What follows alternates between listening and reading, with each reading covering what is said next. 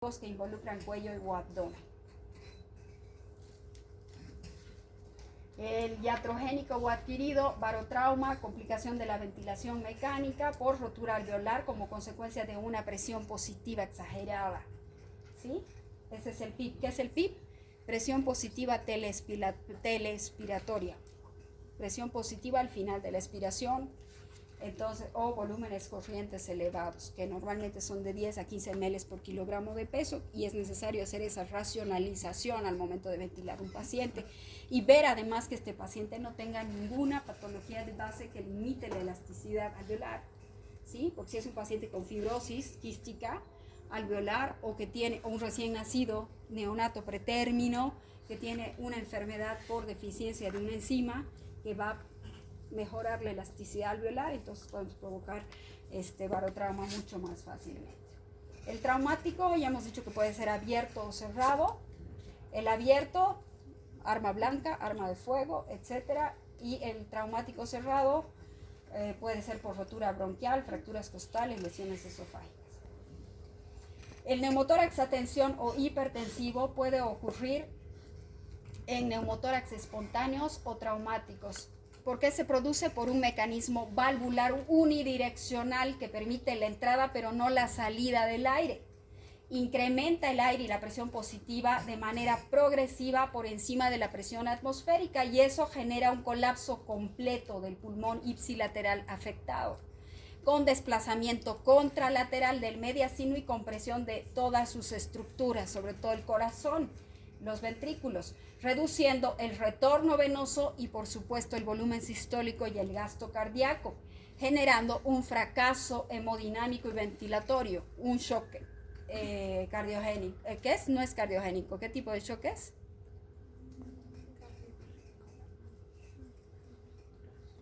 Cuando es neumotórax, ¿qué tipo de shock?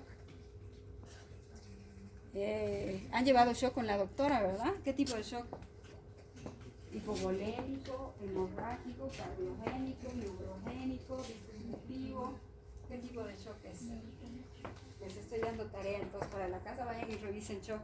¿A qué tipo de shock se le denomina a este shock que tiene que ver con el neumotórax a tensión? Les dejo la duda. Parece que no les está quedando esa información.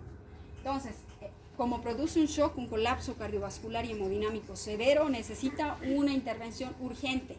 Sean o no sean especialistas, sean o no sean médicos. Esto es algo que tienen que enseñarle a cualquier niño que está incluso en la escuela básica, a detectar estos signos que pueden salvar la vida de alguien. ¿Quiénes se accidentan en la avenida, en la vía pública? Los ciclistas jóvenes, los motociclistas locos jóvenes, los que están en auto corriendo, esos brasileros que todos los días juegan a las carreras en las avenidas grandes. Esos son los que se accidentan, ¿sí? Y esos están entre los 20 y los 35 años, en su etapa máxima productiva y con familia o bebés chiquitos. Entonces sus familias les van a agradecer mucho que los rescaten porque esto los mata en poco tiempo, ¿sí?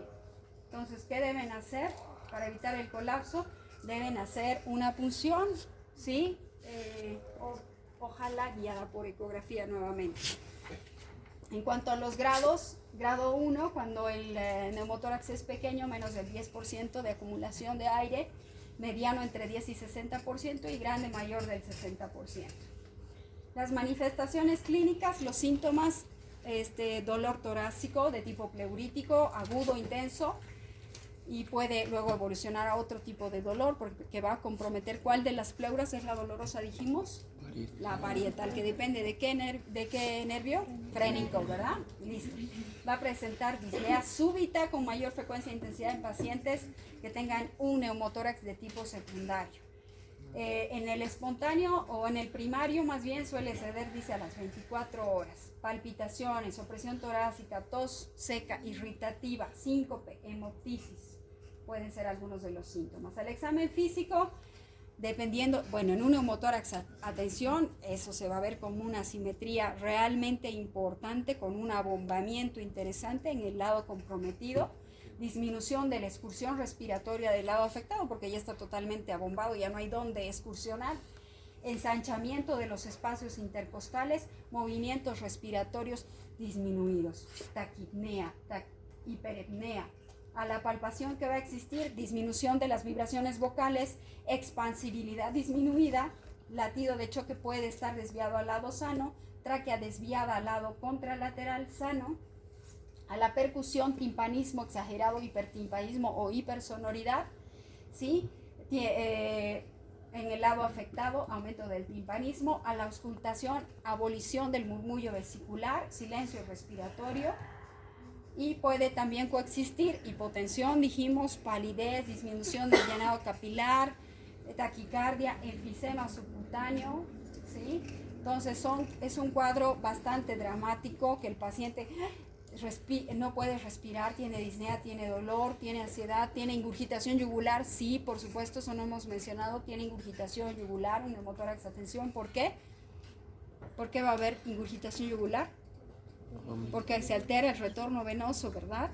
Hay un aumento de la presión positiva en la caja torácica que va a evitar que retorne esta sangre que está llegando desde la cabeza hacia la aurícula derecha, entonces ahí genera un aumento de la presión a este nivel, venas del cuello distendidas, ruidos respiratorios ausentes, hiperresonancia, hemitórax elevado, cianosis, descompresión inmediata con aguja y luego de hacer una descompresión inmediata, esto puede ser en el segundo espacio intercostal, línea medioclavicular, una vez que hagan esa inicial descompresión, ya luego hacen una toracocentesis definitiva. Esta es una inicial salvadora. ¿Sí? La agujita, cualquiera, incluso un lapicero, dicen de memoria, pero es verdad, cualquier cosa sirve inicialmente. Y una vez que pongan esa agujita, ya llaman al SAR, al número que ustedes tengan para que le hagan una toracocentesis o lo llevan al hospital, pero ese paciente va a vivir un poco más. ¿Sí? Y ya luego le quitan la agujita, por supuesto, porque si le ponen una toracocentesis y le dejan la agujita, van a seguir aumentando los motores. Bueno, ya van a llevar a TLS conmigo cuando se gradúen. Y para hacer la práctica, ¿no? Porque es otra cosa llevarlo en la teoría y otra cosa que ustedes metan la agujita. Radiografía. La radiografía tienen que identificar la línea de pleura visceral, ¿sí? Sobre todo la pueden identificar acá, ¿verdad? Bueno, hay que ver muchas placas para ser un experto, pero tienen que ir imaginando esa línea de pleura visceral. Zona radiolúcida, ausencia de la trama vascular en esta zona. ¿Sí? Visualización del muñón pulmonar. Aquí se ve como muy chiquito. Aquí. ¿Sí? Desplazamiento del mediastino contralateral, depresión ipsilateral del diafragma hacia abajo, colapso pulmonar ipsilateral. ¿Qué vamos a ver? Desplazamiento hacia el lado contralateral, aumento de los espacios intercostales, colapso pulmonar, descenso del diafragma. El ataque de tórax, una zona opaca, presencia de aire. ¿Cuáles son las consecuencias fisiopatológicas de estas lesiones torácicas? Sobre todo hipoxia, hipoventilación, acidosis respiratoria que posteriormente genera una metabólica, perfusión o hipoperfusión tisular. Entonces debe hacerse la identificación en la revisión primaria del paciente en la escena del crimen o del accidente, ¿sí? Y resolverlo inmediatamente. Diagnóstico, tratamientos en este caso, no tienen que esperar ni siquiera la radiografía, solo con la semiología, tener la aguja, plantarla, no una agujita hipodérmica que vaya a llegar solamente hacia los músculos intercostales, ¿no? Sino tiene que ser una agujita considerablemente más larga. O llamar inmediatamente a la emergencia o trasladar al paciente. ¿Preguntas? Eso es todo. Gracias.